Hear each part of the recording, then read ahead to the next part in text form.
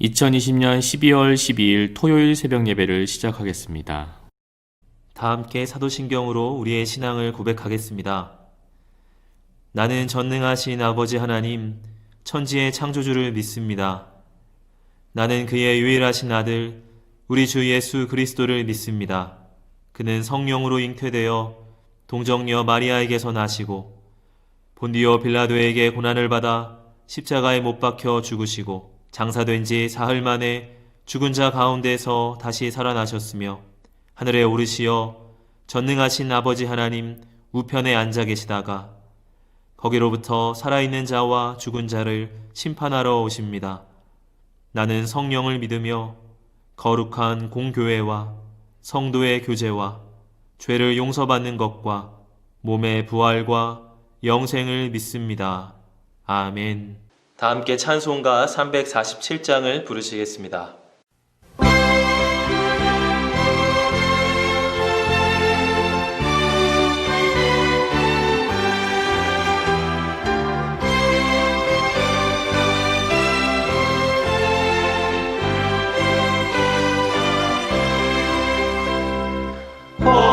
허락하신 새 땅에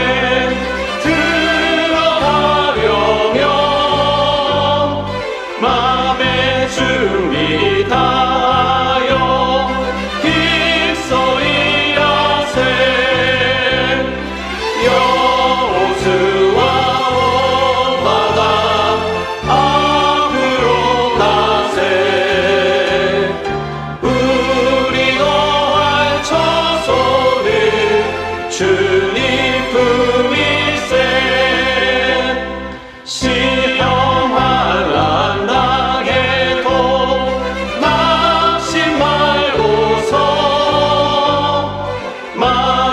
걱정 버리고 힘써 일하세. 여호수아 온 바다 앞으로 가세. 우리 거할 처소는 주님 품일세. 앞서가신 예수님 바라보면서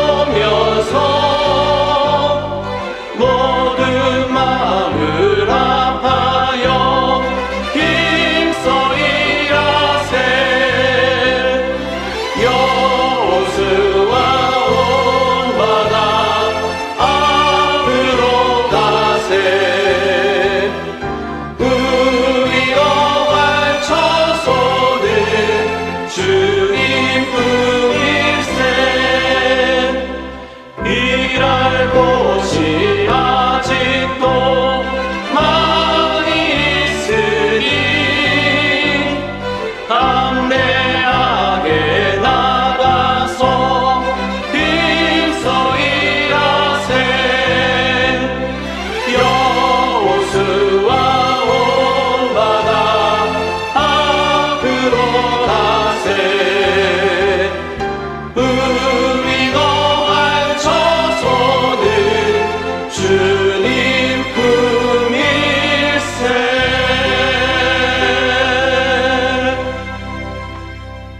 이 시간 다 함께 기도하는 시간을 갖겠습니다. 민족의 복음화와 세계 선교를 위하여 우리 교회 3133 비전과 담임 목사님, 부교역자들, 직분자들과 사명자들을 위하여 새성전 증축을 위하여 코로나19로 인해 신음하는 이 민족을 긍휼히 여겨주시고 속히 치유하시도록 우리 교회 교우들의 가정과 직장과 사업장을 붙드시고 환우들을 치유하시도록 이 시간 다 함께 기도하겠습니다.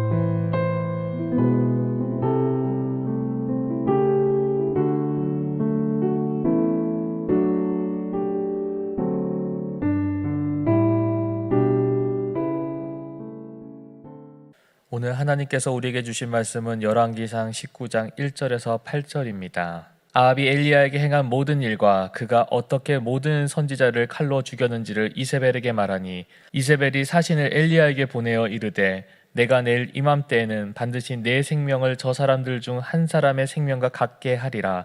그렇게 하지 아니하면 신들이 내게 벌 위에 벌을 내림이 마땅하니라 한지라. 그가 이 형편을 보고 일어나 자기의 생명을 위해 도망하여 유다에 속한 브엘세바에 이르러 자기의 사환을 그곳에 머물게 하고 자기 자신은 광야로 들어가 하루길쯤 가서 한 로데나무 아래에 앉아서 자기가 죽기를 원하여 이르되 여호와여 넉넉하오니 지금 내 생명을 거두시옵소서. 나는 내 조상들보다 낫지 못하니이다 하고 로뎀나무 아래에 누워 자더니 천사가 그를 어루만지며 그에게 이르되 일어나 먹으라 하는지라. 본즉 머리맡에 숯불에 구운 떡과 한 병 물이 있더라. 이에 먹고 마시고 다시 누웠더니 여호와의 천사가 또다시 와서 어루만지며 이르되 일어나 먹으라. 내 갈 길을 다 가지 못할까 하노라 하는지라. 이에 일어나 먹고 마시고 그 음식물의 힘을 의지하여 40주 40야를 가서 하나님의 산 호렙에 이르니라.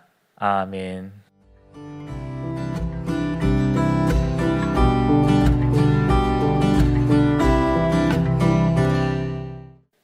우리가 가급적이면 느끼고 싶지 않은 감정 중에 하나가 실망입니다. 여러 이유가 있겠지만 실망은 실패와 좌절이라고 하는 상황에서 찾아오기 때문입니다. 뭔가를 기대했는데 대상이 기대에 부응하지 못할 때, 아니면 그 반대로 나를 해롭게 하거나 나를 배반할 때, 그로 인해서 가지는 충격은 매우 클 것입니다. 이런 실망 중에서 가장 큰 것은 뭘까에 대해서 한번 생각해 보았습니다. 여러 대상에 대한 실망이겠지만 가장 큰 실망은 아마 나 자신에 대한 실망일 것입니다. 그리고 나 자신에 대한 실망 중에서 가장 큰 것은 내가 지금까지 수고한 것이, 그 모든 것이 아무런 의미가 없어질 때 가장 크게 느끼지 않을까라고 생각을 해보게 되었습니다. 아무리 생각해도 그만한 충격은 거의 없을 것입니다. 오늘 말씀에 그러한 큰 실망과 충격에 빠진 한 사람이 등장합니다. 바로 엘리야입니다. 말씀에 앞서서 18장에 나오던 상황을 간단하게 요약하면 이렇습니다. 갈멜산에 바알과 아세라 선지자 850명과 이스라엘 백성들 앞에서 엘리야는 살아계신 하나님을 증거하였고, 그로 인해서 바알과 아세라 선지자들은 그 자리에서 진멸되었고, 이스라엘 백성들은 그들 스스로 여호와 하나님이 참 하나님이심을 고백을 합니다. 그리고 나서 아합 왕 앞에서 3년간의 가뭄을 끝내고 비를 내리게 함으로 하나님의 전능하심까지 보이게 되었습니다. 이제 그리고 나서 왕궁이 있는 이스라엘로 들어가게 됩니다. 상황이 이렇게 되었으니 엘리야에게 어떠한 기대가 있었을까요? 이제 엘리야는 즉각적으로 이스라엘 전체 회개 운동을 일으키고 바알과 아세라에 관계된 모든 우상을 부수는 신앙 회복 운동을 본격적으로 일으킬 수 있을 것이다 라고 기대했을 것입니다. 이제 이스라엘 안에서 영적인 회복이 본격적으로 일어날 것을 기대했을 것입니다. 그리고 아합 왕도 그 모든 사실을 목격했으니 그도 이제 하나님께 돌아와서 이제 하나님만 바라는 그런 선한 왕이 될 것이다 라고 하는 기대가 더불어 있었을 것입니다. 그러나 오늘 말씀에는 갈멜산의 바알과 아세라를 섬기는 선지자를 죽였다라고 하는 소식을 듣고 크게 분노한 이세벨이 엘리야를 죽일 것이다 라고 하는 것을 이제 사신을 통해 알려주게 됩니다.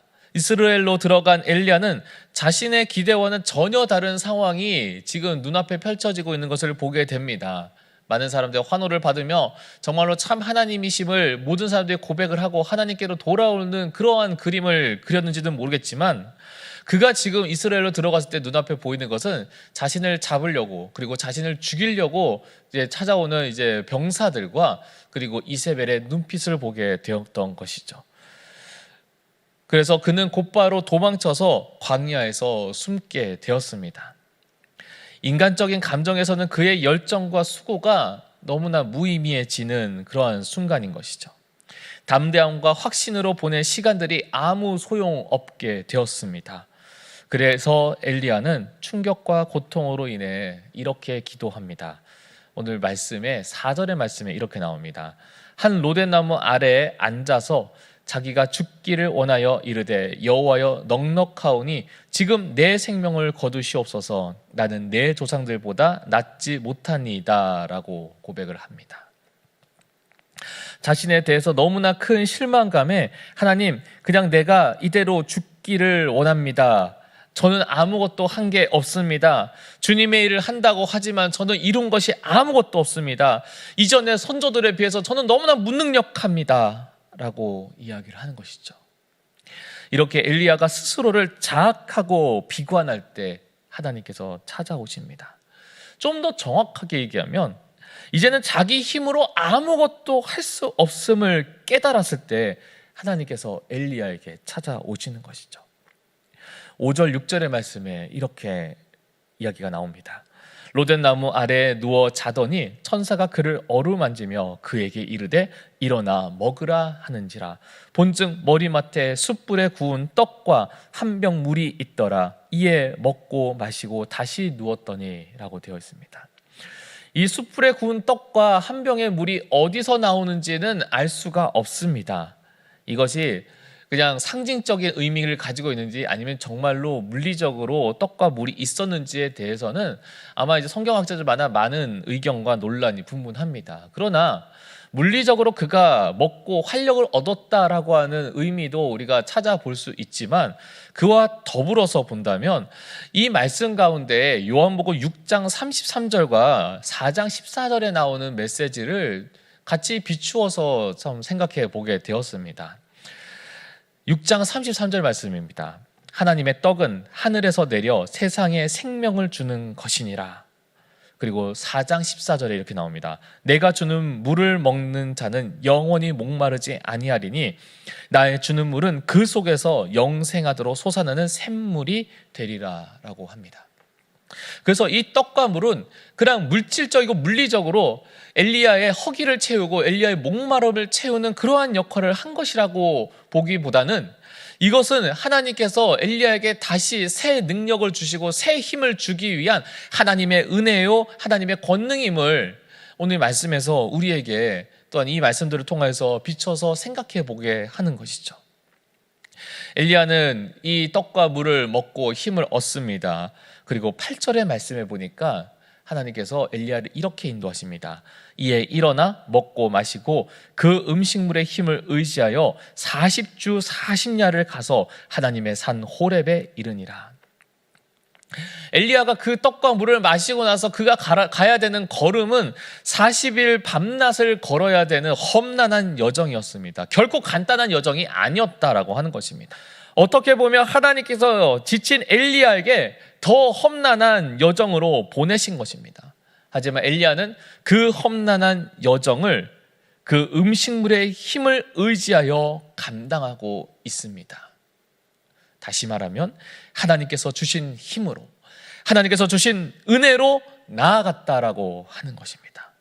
그런데 그 험난한 여정의 끝에는, 그 호렙산에 이르렀을 때에는 하나님의 임재가 있었습니다.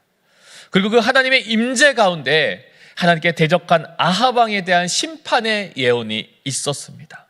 그리고 엘리야가 미처 알지 못했던, 바알에게 절하지 않았던 7,000명의 사람들이 있음을 알게 되었고, 그의 동역자이자 후계자인 엘리사를 만나는 일을 겪게 됩니다. 사랑하는 성도 여러분, 우리가 이 엘리야의 모습을 통하여서 우리의 모습을 살펴보았으면 합니다. 혹시 지금 어떤 것으로 인해서 크게 실망하고 있습니까? 크게 좌절하고 낙심하고 실패하여 낭망하고 넘어져서 탈진하여 엘리야처럼 나는 아무 힘이 없으니 차라리 내 생명이 끊어졌으면 좋겠다라고 생각하는 분이 계십니까?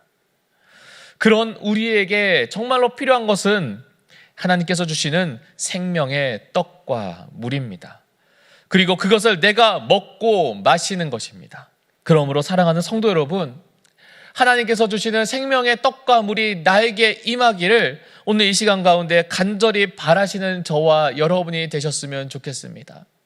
우리가 실망하고 낙심하여 좌절되는 상황에 있다고 하더라도, 그래서 내 스스로는 일어난 힘이 없다고 하더라도 하나님께서 주시는 힘으로 다시 일어나고 다시 딛고 일어설 수 있도록 하나님께서 나에게 힘 주시고 능력 주심을 경험하시는 저와 여러분이 되어서 일어날 수 없는 상황에서 다시 일어나서, 그래서 패배할 수밖에 없는 상황에서도 우리가 세상 가운데 다시 승리할 수 있는 그러한 저와 여러분이 되도록 오늘도 이 시간 가운데 주님 붙들고 주님 놓지 않는 저와 여러분 되시길 간절히 소망합니다.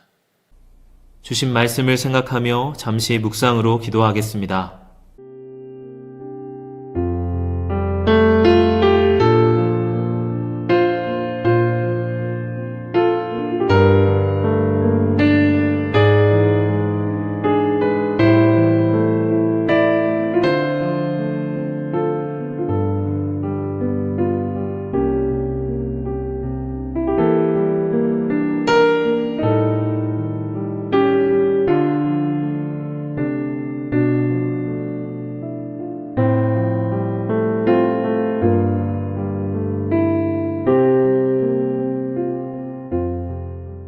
다 함께 주기도문으로 예배를 마치겠습니다. 하늘에 계신 우리 아버지, 아버지의 이름을 거룩하게 하시며 아버지의 나라가 오게 하시며 아버지의 뜻이 하늘에서와 같이 땅에서도 이루어지게 하소서. 오늘 우리에게 일용할 양식을 주시고 우리가 우리에게 잘못한 사람을 용서하여 준 것 같이 우리 죄를 용서하여 주시고 우리를 시험에 빠지지 않게 하시고 악에서 구하소서. 나라와 권능과 영광이 영원히 아버지의 것입니다. 아멘.